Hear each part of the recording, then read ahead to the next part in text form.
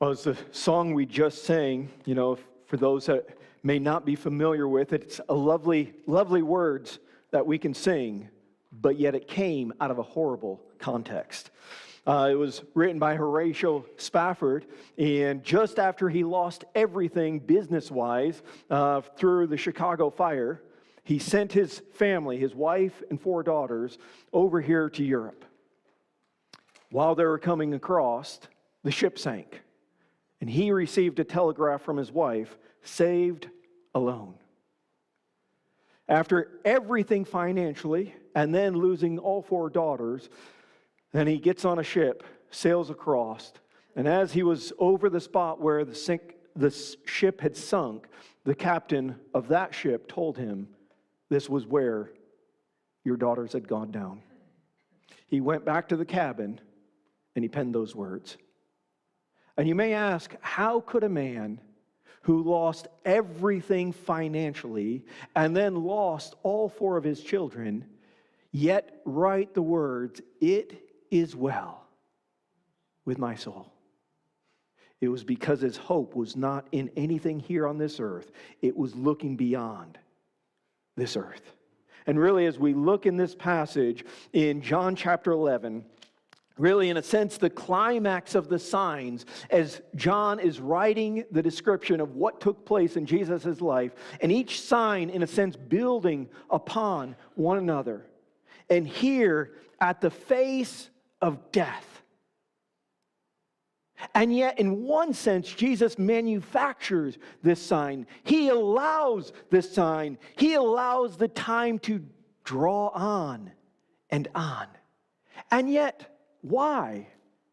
Well, what took place 2,000 years ago was for their sakes, but yet it is also for our sakes, to give us that hope of looking beyond the grave. Now, as we think about just the topic of death, probably one of the most difficult conversations that people can have is about death. We don't like talking about death. Why? I think many of the times it's because of the pain, because of the memories of a loved one who has passed away. And it's a reminder of we don't have them with us any longer. It also, not only does it bring about the pain of the past experiences of death, but it also brings about a fear for many times for us, looking forward to when we will face death. And there's so many unknowns. What is beyond death? And there's many people in the past who have made statements. And even Steve Jobs, he did not like the thought about death. In his mind, it was almost like an off switch. And he could not fathom just everything ceasing to exist beyond death. Which is why he didn't even put an off button on any of his devices. He did not like that stop, that ceasing to stop. But yet, as we find from this passage, death is not the end. In fact, death is a doorway into something beyond the grave. Now, as we heard this passage read through, it's not too long after John chapter 10 as Jesus was in Jerusalem and he heals the blind man. And yet even with the blind man who was given sight, standing before the Pharisees, standing before the Jews, and yet they were willfully blind. They continued to reject Jesus even though this man standing before him who had been born blind now could see. And in a sense, as we looked at last week, accepting or denying the truth does not change the truth. It only changes our response to the truth. Accepting or denying and saying whether I believe it or I don't believe it does not change the facts of the truth. It only changes our response to that truth. Now, there's so many things as we read through this passage. You see so much emotion in this passage. So many questions, and questions that we may have. Thoughts that we may have had. Prayers that we may have had. As he opens up, he mentions now a certain man was sick. Lazarus of Bethany, the town of Mary and his sister Martha. It was that Mary who anointed the Lord with fragrant oil and wiped his feet with her hair, whose brother Lazarus was sick. Many people who would have read this would have already known about Mary and Martha. They would have known from the other gospel records that had already been written. But in just a moment, in the next chapter, Jesus mentions, or John records the story about Mary anointing Jesus' feet. But in verse 3 it says, therefore the sister sent to him, saying, Lord, behold, he whom you love is sick. So after John chapter 10, and Jesus had left Jerusalem because they wanted to kill him in Jerusalem, he crosses over the Jordan River, about a day's journey away. Months had passed. He had been doing many other things ministry-wise, and he gets this message. And imagine if the message about you to Jesus was, the one you love is sick. The messenger doesn't even say, hey, Lazarus is sick. He says, the one you love is sick.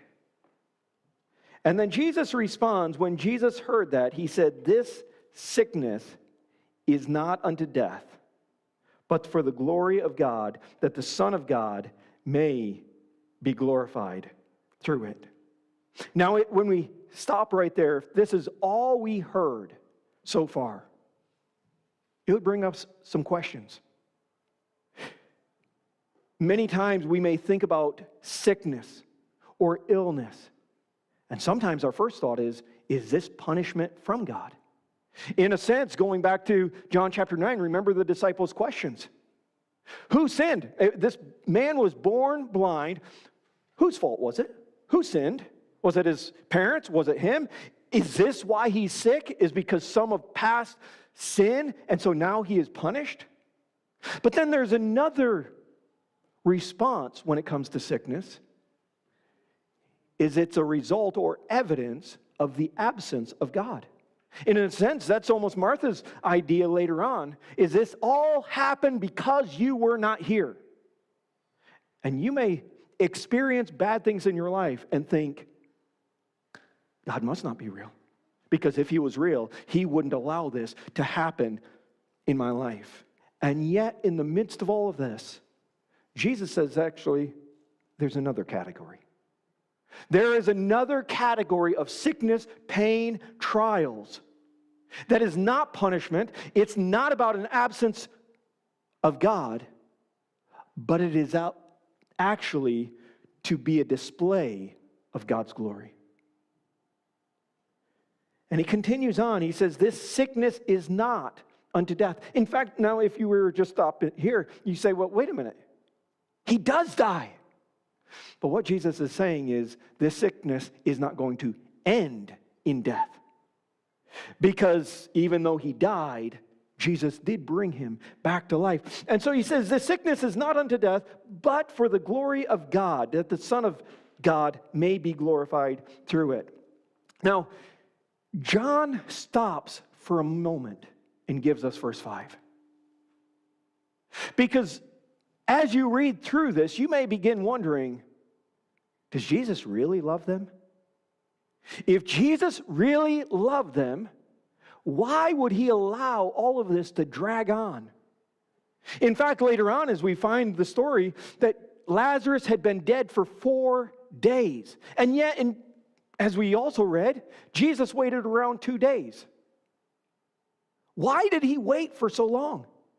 Why didn't he just rush off? Even if he rushed off, he would have still been 2 days late.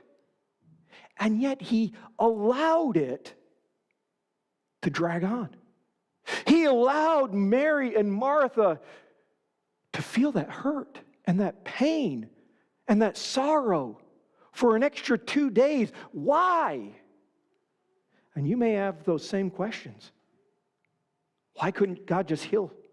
And even if it was later than what I expected, why did it have to be prolonged so long? But yet John, he writes these words. in spite of everything that is taking place, in spite of everything that is happening, I want you to know that Jesus loved Martha. Jesus loved Mary, her sister. And Jesus loved Lazarus. In spite of the way it looks, Jesus loved them.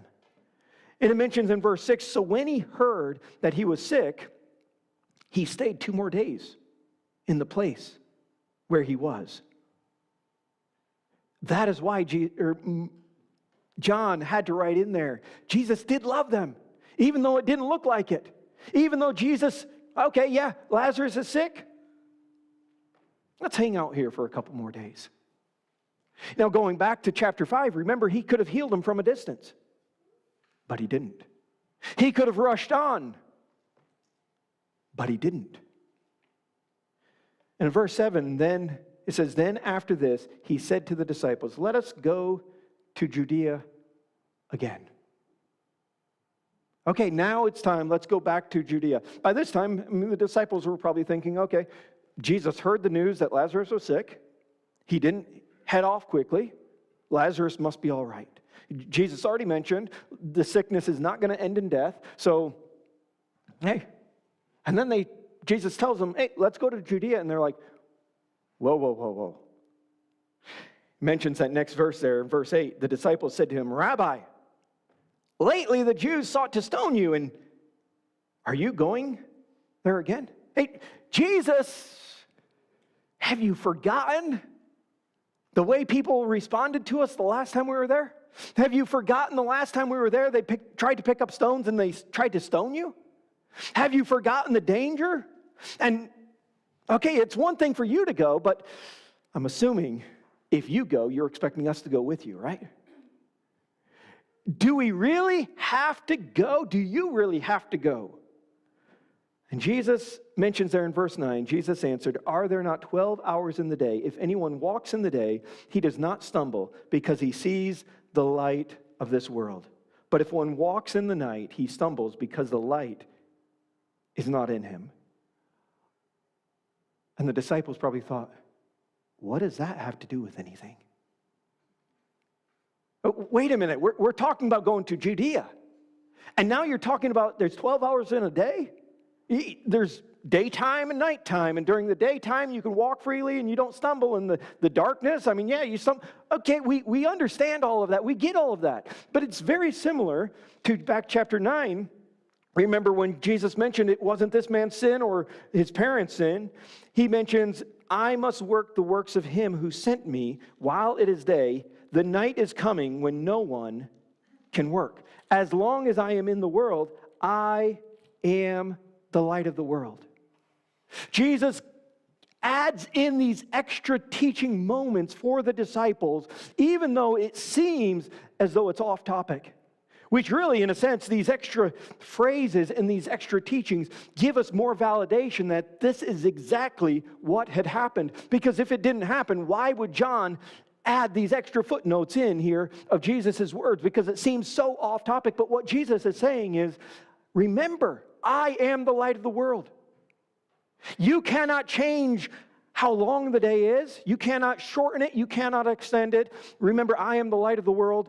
And no matter what the people in Judea will do, they cannot shorten my time or extend my time. I am the light of the world. But also, while the light is here, that is when I can do my work. And then he speaks to them in verse 11. These things he said, and after that, he said to them, our friend Lazarus sleeps, but I go that I may wake him up. And the disciples, they respond, Lord, if he sleeps, he'll get better. He will get well.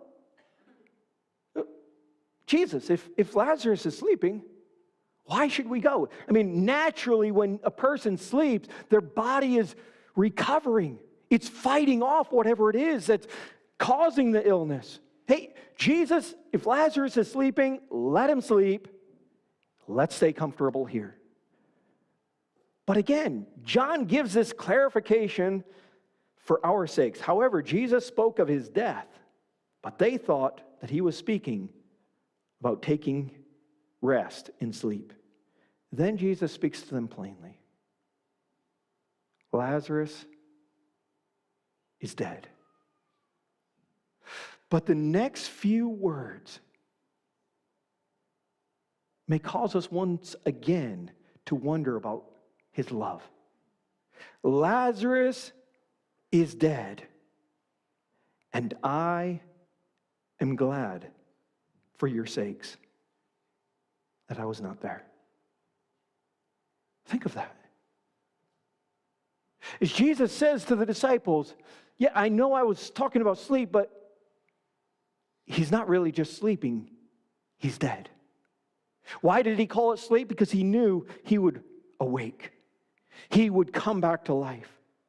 But he speaks very plainly here. He says, Lazarus was dead, and I am glad for your sakes. But I think as he's speaking there, speaking to the disciples, saying, I am glad for your sakes that I was not there, he speaks to our sakes and says, I was glad for your sakes. For the sake of those who have lost a spouse. For the sake of those who have lost a parent. For the sake of those who have lost a child. Lost a sibling. Lost a close friend. Lost a colleague. And Jesus says, I am glad for your sakes that I was not there, that you may believe. Nevertheless, let us go to him. And Thomas pipes up. Now, we often think about Thomas as the doubting Thomas. But in a sense, although he's not very optimistic here, although he is the pessimist, he does show courage. I mean, look at his statement. Thomas, who is called the twin, says to his fellow disciples, let us also go, that we may die with him. Lazarus is dead. They're going to kill Jesus.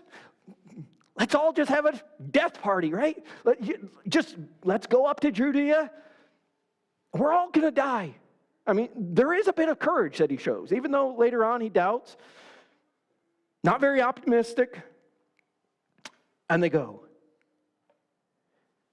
Verse 17, so when Jesus came, he found that he had already been in the tomb 4 days.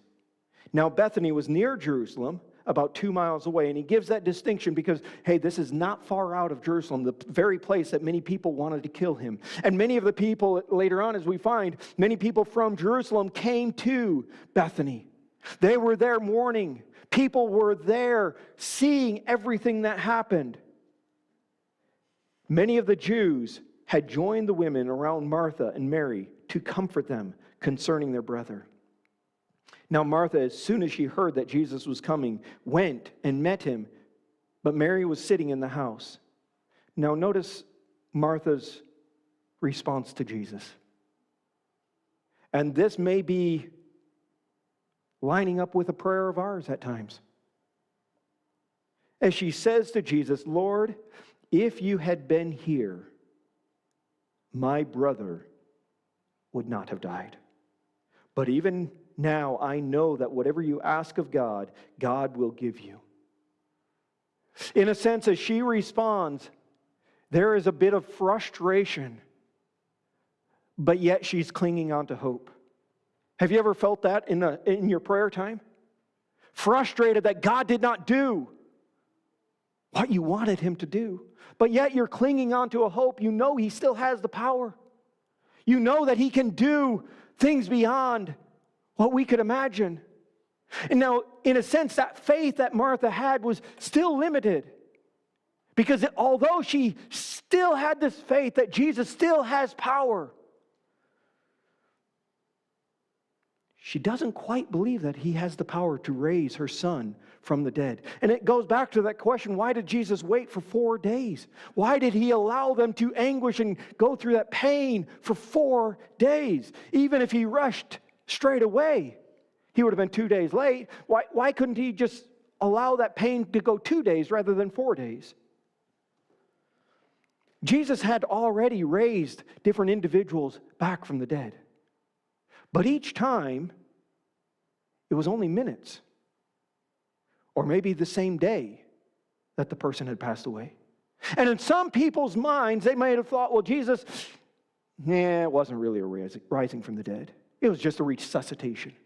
It was just, they had only been pronounced dead just minutes or maybe an hour before, and really they weren't dead. They were just sleeping real heavily. So there were still some doubts in people's mind. But beyond day 3, all hope was gone.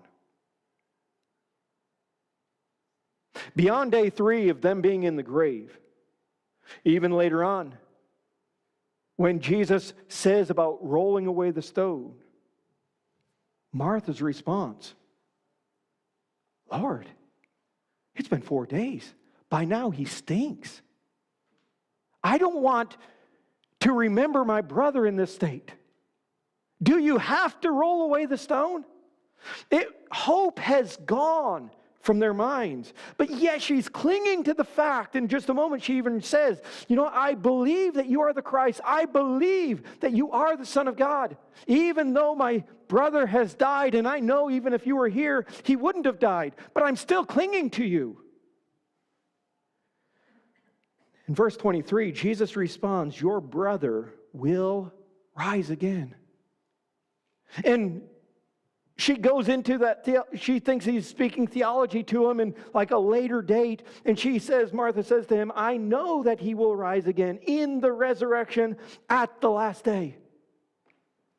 I know that one day, long time down the road, he'll rise again. But what about today? I'm hurting today. And Jesus responds, he says, I am the resurrection and the life.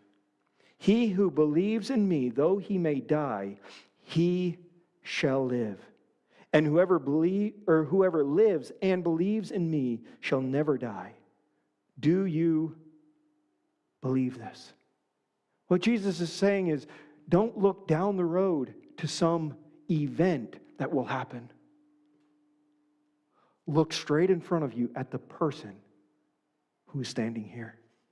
It's not an event that you need to look to. It is a person to look to. Jesus says, I am the resurrection and the life. It's not just something that's going to happen down the road, but I. And even going back to John chapter 1, in verse 4, remember when John introduces Jesus. He says, in him was life, and the life was the light of men. It doesn't say in him he had life. It doesn't say that Jesus, he lived so he had life. No, he is life, which also means he gives life. And Jesus says, I am the resurrection and the life. He who believes in me, though he may die, he shall live. And that is a promise not only to Martha, but it is a promise to every individual after. Those who believe in Jesus, even though we may die in this life, die and leave this world, he gives that promise. He shall live. Yes, he has died, but he shall live. And again, each one of these signs that Jesus is doing, he is speaking and using something physical to point to what he offers spiritually. Whether it's going back to the wine and the joy that he has come to give, whether it is going back to the bread, and he speaks about he is the bread of life. Whether it's the blindness, and he gives the man sight, he's speaking about the spiritual sight that we must have. And here, he uses the physical death to look beyond the grave, something spiritual. And he goes on in verse 26, and whoever lives and believes in me shall never die. Do you believe this? Wait a minute, it sounds a bit confusing. You say they'll die, but yet they'll live, but if they live, they'll never die. What he's saying is, those who believe in me, Though they may die, they will live again. And if they live again, they will never die again. And he says, do you believe this? Do you trust in this?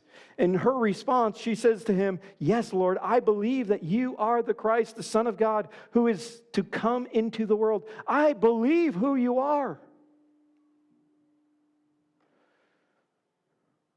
They continue on. They call Mary. Mary comes out. Mary's first response was the same response that Martha had. If you had been here, my brother would not have died. Which means probably over the last 4 days, Mary and Martha were in conversation over and over. And why didn't Jesus come? If Jesus had come, I know Lazarus would still be alive. And those thoughts continued to go through their minds as they converse and question, why didn't Jesus come? But it's a question we may have asked.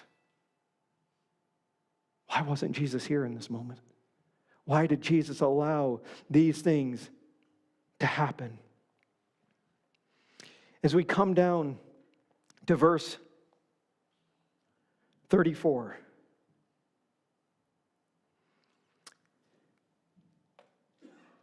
Or actually verse 32, then when Mary came where Jesus was and saw him, she fell down at his feet, saying to him, Lord, if you had been here, my brother would not have died. Therefore, when Jesus saw her weeping, and the Jews who came with her weeping, he groaned in the spirit and was troubled. And he said, where have you laid him?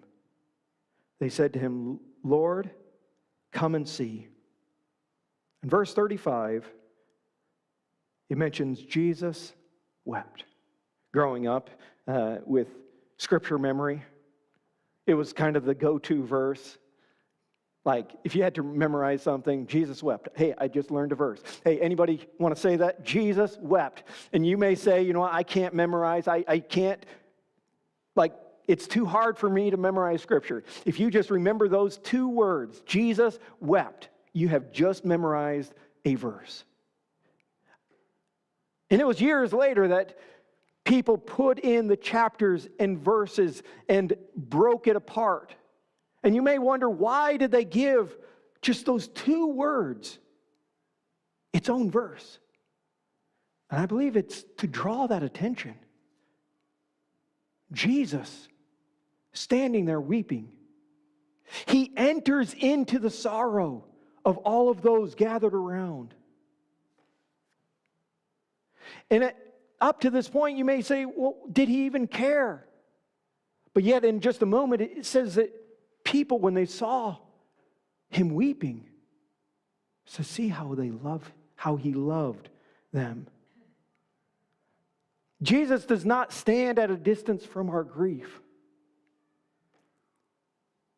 He steps into it. He weeps with us. And in one sense, later on, Peter would write 1 and 2 Peter, and he would pen those words, cast all your care upon him, for he cares for you. He cares for you. But you may wonder, if Jesus knew he would raise Lazarus, why did he still weep? Jesus knew what he was about to do, and yet he still entered in. And I believe it's to enter into the sorrow that was going on. But I believe there was also the recognition, by bringing Lazarus out of the grave, it would set in motion him going into the grave. Bringing Lazarus out would set in motion him going into the grave. And the same thing, because Jesus has entered into the grave, we can look beyond the grave. Also, Jesus wept because the whole reason, going back to the beginning, the whole reason death had entered into this world was because of sin. And Jesus knew that his death was going to be because of sin. And he would go and make the payment for sin. And as the people are standing around and they see Jesus weeping, verse 36, it says, then the Jews said, see how he loved him. But in the midst of all of it, there's those doubters, those questions. Could not this man who opened the eyes of the blind also have kept this man from dying? If he could, he would. But if he won't, he can't. And there's this idea, if Jesus could have, he would have. And if he really loved, he would have been here. He would have saved Lazarus from dying. And sometimes people still have that idea. If Jesus really cares, he would do something about it. If Jesus really has the power, he would do something about it. And I think in times like this, we have to recognize he cares, he knows, he cares, he's in control, and he has a plan. He knows what we're going through. He cares about us. He is in control, and he also has a plan. In verse 38, it says, then Jesus, again groaning in himself, came to the tomb. It was a cave, and a stone lay about it. Jesus said, take away the stone. Martha, the sister of him who was dead. Notice, once again, it doesn't just say Martha, the sister of Lazarus. It reminds us over and over, the one who was dead. Martha, the sister of him who was dead, said to him, Lord, by this time there is a stench, for he has been dead 4 days. What are you doing, Jesus? Why are you wanting to remove the stone?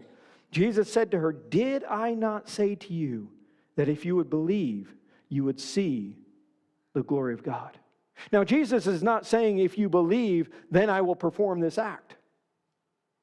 But what he is saying is, it is only by believing that you will see the glory of God. There were many people who saw the miracle, but they did not see this glory of God.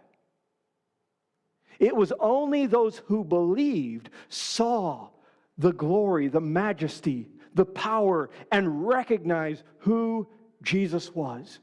But those who denied, they saw the miracle, but they did not see the glory of God. Verse 41, then they took away the stone from the place where the dead man was lying. Once again, it reminds us the dead man was lying. And Jesus lifted up his eyes and he begins praying. And what did he pray in the moment? Father, I thank you that you have heard me. Father, I thank you that you have already heard me. And I know that you always hear me. But because of the people who are standing by, I said this, that they may believe that you sent me. He says this prayer to God, not for his sake, not for God's sake, not to allow the miracle to take place. He says all of this so that everybody around recognizes this is not just some accident, this is not just some magical spell. He is recognizing this is directly the power of God working through the Son of God to bring this man back to life. Verse 41, or then verse 43, now when he had said these things, he cried with a loud voice, Lazarus, come forth. Once again, it reminds us, and he who was dead came out, bound hand and foot with grave clothes, and his face was wrapped with a cloth. Jesus said to them, loose him and let him go. Imagine the scene taking place as Jesus cries out, Lazarus, come forth. For a second, there was a silence. And then all of a sudden, they hear a little bit of rustling. I mean, if Lazarus is all bound up, wrapped in grave clothes, it probably wasn't like he could just jump right up and walk right out. I mean, it would have taken a little bit of time in the anticipation of them waiting. What's going to happen? And all of a sudden, Lazarus comes out. But in the midst of all of this, Jesus has invited the crowd to participate, because he invites the crowd to remove the stone. He invites the crowd to loose him. Why? He wants everybody to recognize, hands-on experience, what has taken place here. That this is a miracle beyond doubt. Every other one, I don't know. I mean, did Jesus just kind of have a truckload of bread come to the... I mean, we didn't see it, but maybe. The blind, they still had doubts. They still had questions. But Lazarus had been dead for 4 days. Martha's like, by this time it's beyond hope. And he steps out. Verse 43, or verse 45. And really the question comes down, what was the response? But more importantly, what is our response? Then many of the Jews who had come to Mary, remember these Jews who had come, they're weeping with her. They know the pain, they know the sorrow. They're there to comfort her. When they saw these things that Jesus did, they believed in him. It is strengthened. Yeah, we heard about the blind man, but we were still unsure. But after seeing this, we believe in him. But still, in verse 46, but some of them went away to the Pharisees and told them the things Jesus did. Then the chief priests and the Pharisees gathered a council and said, "What shall we do? For this man works many signs. If we let him alone like this, everyone will believe in him." Now notice, what was their fear? What were they afraid of? And the Romans will come and take away both our place and our nation. Why did the religious leaders hate Jesus so much? There was a fear of what they would lose. We will lose our position. Rome will not allow us to continue on.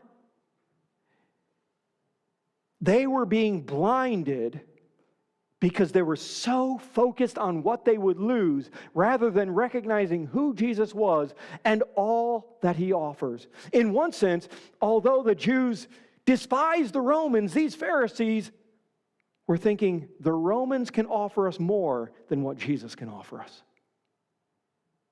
Think about that for a moment. They wanted freedom from the Romans, but yet they were more comfortable with the Romans than they were with Jesus. Why? Because they saw the power, but yet they were not willing to believe. In fact, as it goes on, verse 53, it mentions then from that day on they plotted to put him to death. Not only that, but later on it even mentions they were wanting to put Lazarus to death because they hated Jesus so much. And this is a sign, let's stop the sign. And think about the hatred of these men. They were wanting to put Lazarus to death just because Jesus had brought him alive, to live. But yet, we see that happening today even. A person following Jesus, their life radically changed. And yet some people want to destroy the reputation, destroy them as a person because they do not want anybody to hear or believe in Jesus. They have such a hatred against God. Really, the question comes to us. What is our response? We hear about the resurrection of Jesus Christ. Will we believe? Or does it cause us to hate him even more? But in the midst of all of this,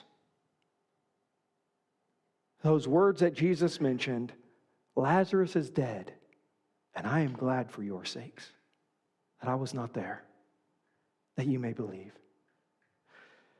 And at times, God works in our lives where it becomes so uncomfortable.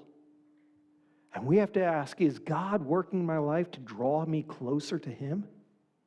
Can God reveal His glory in the midst of my suffering? He did with this passage here in Lazarus. He did with the suffering of Jesus on the cross and being buried, and the anguish the disciples had for the next 3 days.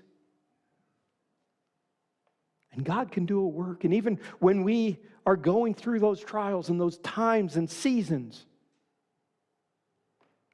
the sickness, the pain, the sorrow, the trials, it does not mean God does not love you. It does not mean that God is absent. Instead, in those moments, we can see the greatest work of God, which is what Martha and Mary saw. And Jesus, as He spoke over and over, do you believe this? And He asks us today, do we believe? As He makes the statement, I am the resurrection and the life.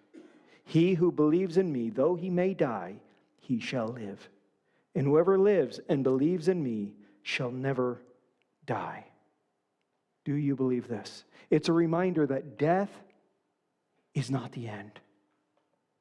Yes, grief is real, but it's not final. Separation may be temporary. And yes, we may be separated from our loved ones longer than 4 days. But it's a reminder of the resurrection and the life because of Jesus Christ.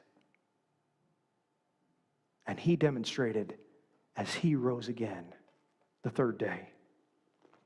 And the question for us is, do we believe?